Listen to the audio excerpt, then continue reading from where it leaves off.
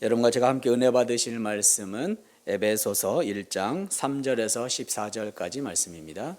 찬송하리로다. 하나님 곧 우리 주 예수 그리스도의 아버지께서 그리스도 안에서 하늘에 속한 모든 신령한 복을 우리에게 주시되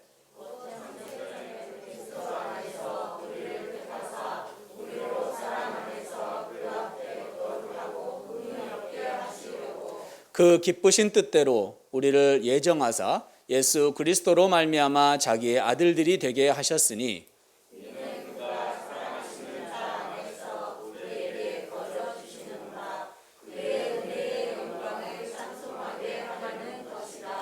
우리는 그리스도 안에서 그의 은혜의 풍성함을 따라 그의 피로 말미암아 속량 곧 죄 사함을 받았느니라.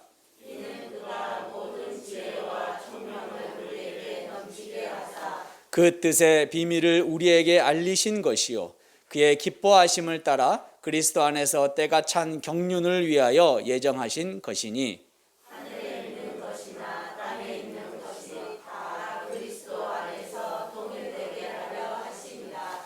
모든 일을 그의 뜻의 결정대로 일하시는 이의 계획을 따라 우리가 예정을 입어 그 안에서 기업이 되었으니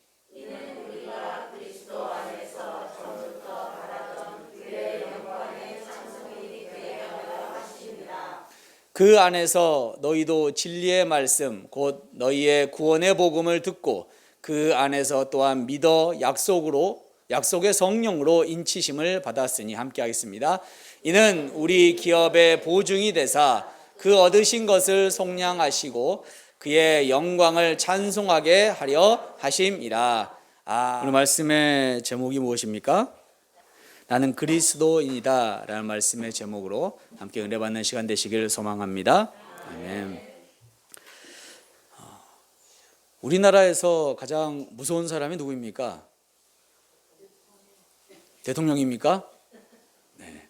중2 아닙니까? 중2? 네. 요즘은 중1이랍니까? 네.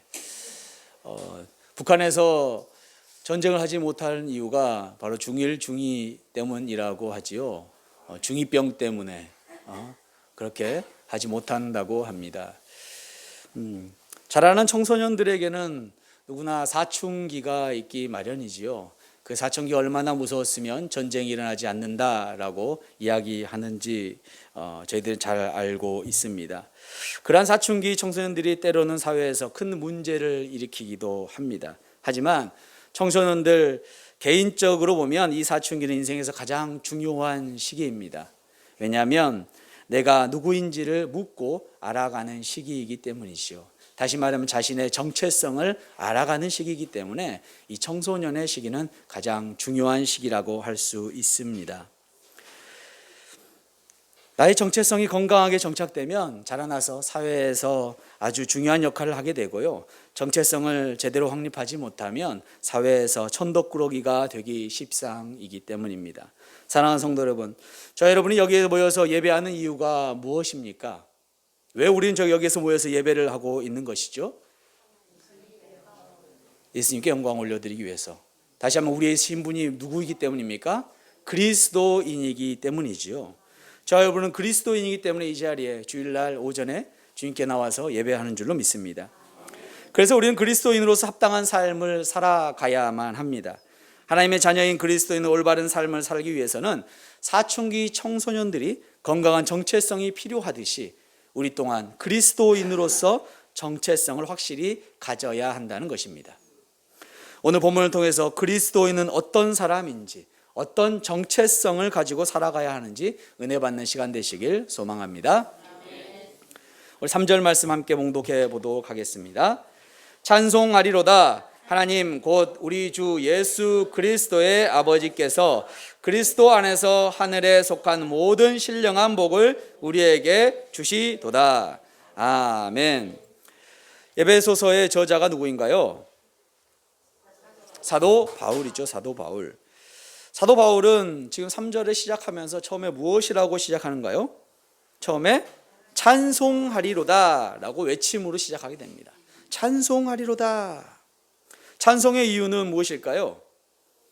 오늘 3절을 보니까 우리에게 복을 주시기에 찬송해야 한다고 말하고 있는 것이죠. 찬송하리로다 하나님 곧 우리 주 예수 그리스도의 아버지께서 그리스도 안에서 하늘에 속한 모든 신령한 복을 우리에게 주시기에 우리는 찬송하는 거예요.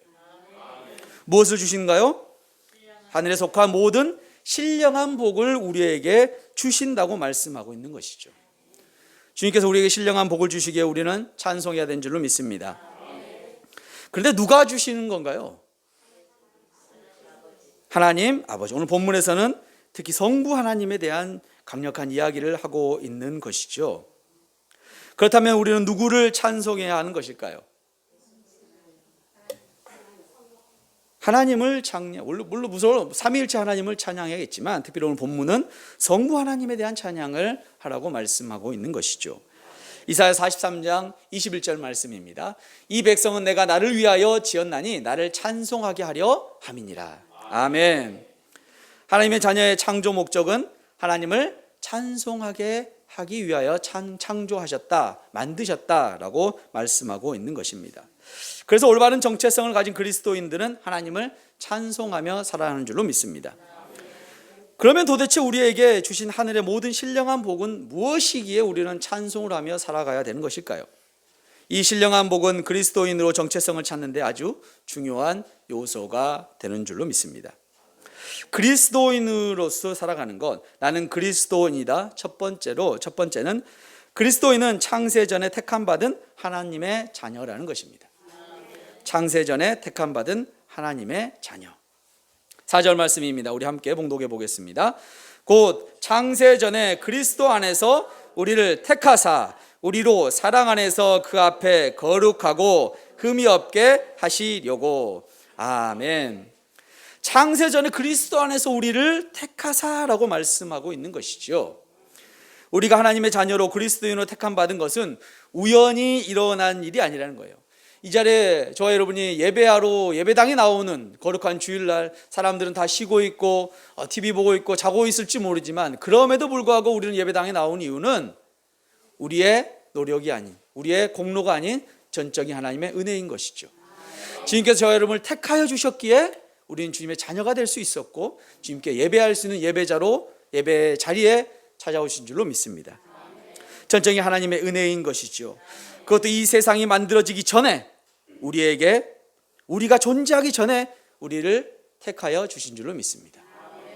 그 얼마나 놀라운 일이 아니겠습니까? 우리가 부모님 뱃속에 있지 않은 그 전에, 이미 이 천지 만물이 창조되기 그 전에 우리를 이미 작정하시고 계획하시고 택하여 준 줄로 믿습니다. 그런데 우리를 자녀 삼으신 이유가 무엇일까요? 바른 성경으로 4절을 한번 살펴보도록 하겠습니다. 그분께서 창세전에 우리로 사랑 안에서 그분 앞에 거룩하고 흠이 없게 하시려고 우리를 그리스도 안에서 택하셨으며. 아멘. 뭐라고 말씀하고 계십니까? 우리로 사랑 안에서라고 말씀하고 있는 것이죠. 우리를 사랑하기 때문에 우리를 택하여 주셨다라고 말씀하신 줄로 믿습니다. 우리를 사랑해 주셔서 거룩하고 흠이 없는 사람이 되게 하시려고 우리를 택하셨다고 말씀하고 있는 것입니다. 그렇다면 거룩하고 흠이 없게 되는 것은 무엇을 의미하는 것일까요? 구약의 옛 언약의 아래에 있을 때 하나님의 택하신 하나님의 백성들을 거룩하고 정결한 삶으로 부르셨습니다. 레위기 11장 45절 말씀입니다. 나는 너희의 하나님이 되려고 너희를 애굽 땅에서 인도하여 낸 여호와라. 내가 거룩하니 너희도 거룩할지어다. 아멘. 바로 옛 언약 시대에도, 구약에서 옛 언약 시대에도 거룩하게 하기 위해서 하나님께서 우리를 택하셨다라고 말씀하고 있는 것이죠. 이 옛 언약에서 끝나는 것이 아니라 새 언약 아래에서도 변함없이 말씀을 하십니다. 베드로전서 1장 16절 말씀입니다. 기록되었으되 내가 거룩하니 너희도 거룩할지어다 하셨느니라. 아멘. 베드로서 기자가 뭐라고 이야기합니까? 신약 시대에도 여전히 거룩하여져야 한다라고 말씀하고 있는 것이죠. 더욱 중요한 것은 그리스도 안에서 우리를 택하신 것입니다. 우리 5절 말씀 함께 봉독해 보겠습니다. 그 기쁘신 뜻대로 우리를 예정하사 예수 그리스도로 말미암아 자기의 아들들이 되게 하셨으니. 아멘. 5절에서 말씀하고 있는 게 무엇입니까? 그리스도 안에서 우리를 택하신 이유가 무엇이라고요? 우리 예정하사 예수 그리스도로 말미암아 자기의 아들들이 되게 하셨다라고 말씀하고 있는 것이죠. 하나님의 아들들, 주님의 아들로 우리를 자녀로 삼아 주셨다고 말씀하는 것이죠. 예수 그리스도가 아니고서야 우리는 하나님의 자녀가 될 수 없다는 것입니다. 오직 예수님으로 말미암아 우리 하나님의 자녀가 될 수 있었다는 것이죠. 그런데 이 놀라운 은혜는 전적인 하나님의 기쁘신 뜻 가운데 예정하신 하나님의 작정이라는 것입니다. 하나님의 작정이라는 것입니다. 하나님의 계획이 없었다면 우리는 하나님의 자녀가 될 수가 없었다는 것이죠. 그렇다면 우리는 택한 자녀로서 어떻게 살아가야 될까요? 하나님께서 우리를 택하셨습니다. 자녀로 불러주셨어요. 그러면 우리도 그에 합당한 삶을 살아야겠지 않을까요? 아니, 자, 이제 우리가 마음대로 살자. 우리가 택함 받은 하나님의 자녀이니 멸망받지 않을 것이다 라고 살아가면 될까요? 우리가 지난 시간에 말씀 가운데 배운 내용이 무엇입니까? 이세벨의 교훈을 따르는 사람들이 있었잖아요. 그 골자가 무슨 내용이었습니까? 택함 받은 하나님의 자녀이니까 우리는 이방인을 따라도 살아도 상관없다. 세상에서의 세상을 따라가고 거룩한 주일만 나와서 예배하는 썬데이 크리스찬이 되면 된다라고 주장하는 그런 이단 무리들이 그들이 아니었습니까? 그렇게 살아가면 될까요? 안 된다는 것이죠. 하나님의 자녀이면 하나님의 자녀답게 살아가야 되는 줄로 믿습니다. 새번역 성경으로 1장 6절 말씀을 보겠습니다. 함께 스크린을 보고 봉독해 보겠습니다. 그래서 하나님이 하나님의 사랑하시는 아들 안에서 우리에게 거저 주신 하나님의 영광스러운 은혜를 찬미하게 하셨습니다. 아멘. 사도 바울은 우리에게 거저 받은 구원의 영광스러운 은혜를 찬송할 것을 이야기하는 거예요. 은혜를 받았는데, 구원을 받았는데, 택함을 받았는데 마음대로 사는 것이 아니라 은혜 받은 대로 주님께 찬양하는 삶을 살라라고 사도 바울은 이야기하고 있는 것입니다. 그래야 되는 줄로 믿습니다. 사랑하는 성도 여러분, 우리는 어떤 존재인가요? 우리는 하나님의 전적인 은혜로 택함 받은 존재입니다. 그러기에 우리는 자부심을 가지고 살아가야 되는 것이죠. 이 세상 인구가 몇 명입니까? 60억? 70억? 그 중에서 택함 받은 자녀는 얼마나 될까요? 그리스도인들은 몇 명이나 될까요? 셀 수는 없겠지만 정말 작은 사람일 것입니다. 하나님께서는 저와 여러분을 그렇게 택하여 주신 줄로 믿습니다. 우리는 이 세상 그 어떤 사람도 자신의 능력으로 될 수 없는 존재가 된 것입니다. 60억 그 인구, 70억 그 인구가 영원히 살기 위해서, 영생을 누리면서 살기 위해서 그렇게 노력하지만 그들은 될 수 없는 것이죠. 진시황이 얼마나 오래 살기 위해서 세상 모든 약초들을 먹으면서 오래 살려고 했습니까? 하지만 죽음이 그 앞을 가로막았습니다. 죽을 수밖에 없는 삶을 살아간 것이죠. 그렇다면 우리는 어떻게 살아가야 할까요? 먼저 자녀 삼아주신 하나님께 감사로 살아가야 되는 줄로 믿습니다. 감사의 표현이 하나님을 찬송 드리는 것입니다. 입술로만 찬양 드리는 것이 아니라 우리의 온 삶으로 찬양 드려야 하는 줄로 믿습니다. 그리스도인, 나는 그리스도인이다. 두 번째는 그리스도인은 죄 없는 자라는 것입니다. 그리스도인은 죄 없는 자입니다. 7절 말씀 함께 봉독해 보겠습니다. 우리는 그리스도 안에서 그의 은혜의 풍성함을 따라 그의 피로 말미암아 속량 곧 죄 사함을 받았느니라. 아멘. 우리는 죄 사함을 받은 자들이라는 것이죠. 죄 없는 자라는 겁니다. 그리스도의 피로 말미암아 속량되어 죄 사함을 받았습니다. 그런데 속량이라는 게 무엇인가요? 속량. 몸값을 받고 자유하게 되는 것이죠. 자유로운 자가 되는 것이죠. 죄값을 이미 치렀다는 의미입니다. 누가 죄값을 이미 치르셨나요? 예수 그리스도께서. 예수 그리스도께서 저와 여러분의 모든 죄값을 치르신 줄 믿습니다. 예수 그리스도가 우리를 위하여 십자가에 흘리신 피와 그 결과로 말미암아 우리가 자유를 누리게 된 것을 의미하는 것이죠. 그래서 예수님의 죽음을 어떤 죽음이라 얘기하죠? 대속죽음. 또 복음의 기초에서 얘기했던 화목제물, 다섯자로 형벌, 대속적 죽음. 네, 1년이 지났으니까 까먹을만 합니다. 네. 형벌 대속적 죽음을 예수님께서 그렇게 십자가를 지심으로 죽음에서 다 이루신 것이죠. 예수님께서 이 땅 가운데 오신 이유가 무엇인가요? 마가복음 10장 45절 말씀입니다. 함께 스크린을 보며 봉독해 보겠습니다.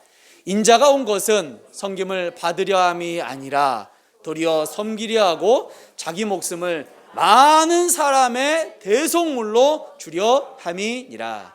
아멘. 예수님께서 왜 오셨다고요? 많은 사람의 대속물로 주려고. 많은 사람을 구원해 주시기 위해서 예수님께서 이 땅 가운데 오셨다는 것입니다. 예수님이 누구신데요? 하나님의 아들 아닙니까? 독생자 하나님의 아들 아닙니까? 하나님의 섬김을 받아야 됩니까? 섬김을 해야 됩니까? 섬김을 받으셔야 할 분이 아니겠습니까? 그런데 예수님께 오신 이유는 섬김을 받으려 함이 아니라 도리어 섬기려 하고 자기 목숨을 많은 사람의 대속물로 주려 함인 줄로 믿습니다. 그런데 죄사함이 무엇이기에 예수님께서 죽으시면서까지 속량하여 주시는 것일까요?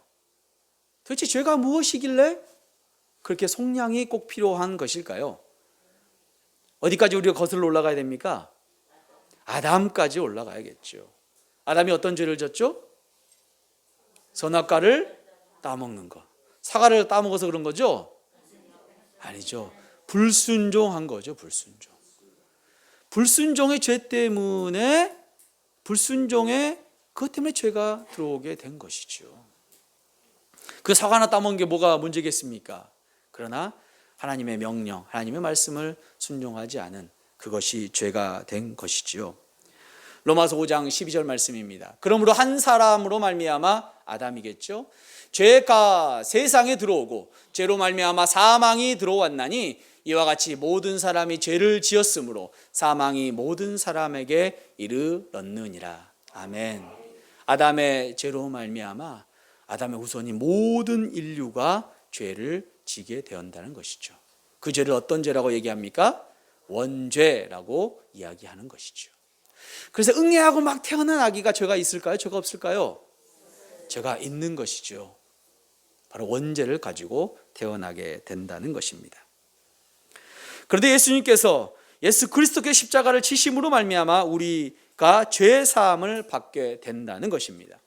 로마서 5장 18절 말씀입니다. 그런즉 한 범죄로 많은 사람이 정죄에 이른 것 같이 한 의로운 행위로 말미암아 많은 사람이 의롭다 하심을 받아 생명에 이르렀느니라. 아멘. 한 의로운 행위가 무엇입니까? 예수님께서 십자가에 못 박으셔 돌아가신 일을 얘기하는 것이죠. 그 의로운 행위로 말미암아 많은 사람이, 여기에 계신 저와 여러분이 예수 그리스도께서 택하신 하나님의 자녀들이 모두 생명을 누리는 줄로 믿습니다. 이제 8절 말씀입니다. 우리 함께 봉독해 보겠습니다. 이는 그가 모든 지혜와 총명을 우리에게 넘치게 하사. 사도 바울은 이 죄사함이 예수님의 십자가에 의한 이 죄사함으로 말미암아 이 하나님의 은혜이며 하나님의 지혜와 총명이며 하나님의 놀라운 비밀의 경륜, 즉 구원 계획임을 선포하고 있는 것이죠. 하나님께서 언제 우리를 구원하시려고 계획하셨을까요? 창세 전에. 창세 전에 이미 우리를 구원하실 것을 이미 계획하신 것이죠. 성부, 성자, 성령 하나님께서요. 그렇습니다. 바로 그것이 구원 계획을 이미 작정하고 계신 것이죠. 그러나 이 계획은 하나님 홀로 관한 것이 아니라 누구와 함께요? 성부, 성자, 성령님 함께. 특별히 9절 말씀에 말씀하고 있습니다. 그 뜻의 비밀을 우리에게 알리신 것이요 그의 기뻐하심을 따라 그리스도 안에서 때가 찬 경륜을 위하여 예정하신 것이니라. 누구와 함께요? 그리스도와 함께. 성자되신 예수 그리스도와 함께 그 뜻을 계획하시고 예정하신 줄로 믿습니다. 그리고 10절 이하 이야기합니다.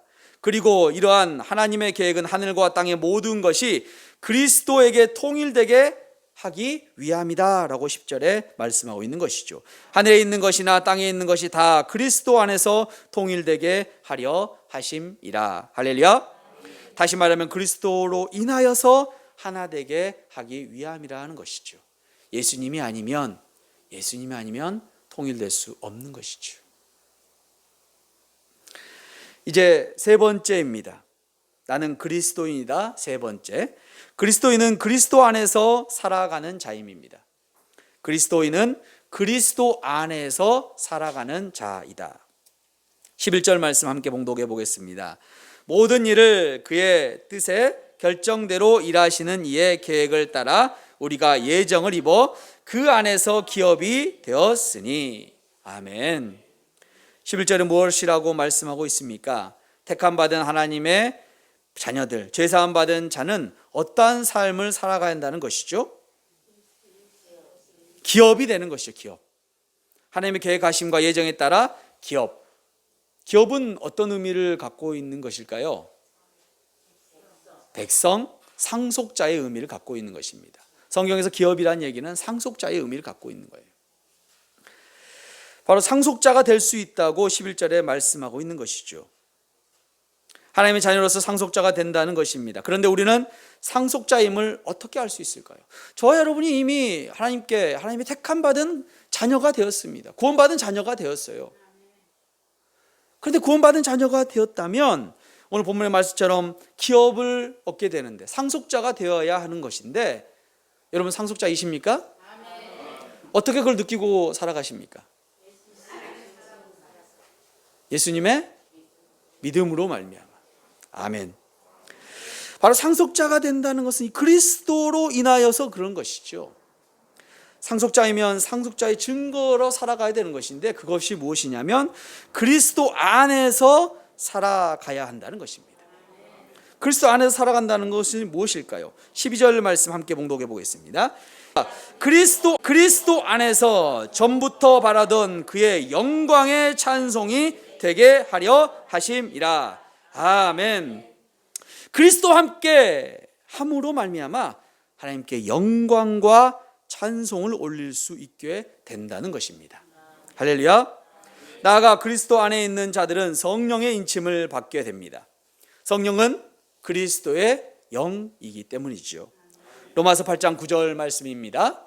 그러면 이제 우리가 그의 피로 말미암아 의롭다 하심을 받았으니 더욱 그로 말미암아 진노하심에서 구원을 받을 것이니라. 아멘.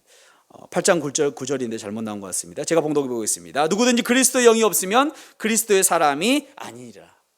로마서 8장 9절, 누구든지 그리스도의 영이 없으면 그리스도의 사람이 아니니라 라고 말씀하고 있는 것이죠. 그 말씀처럼 그리스도인은 그리스도의 영이 언제나 함께 하고 살아가야 한다는 것입니다.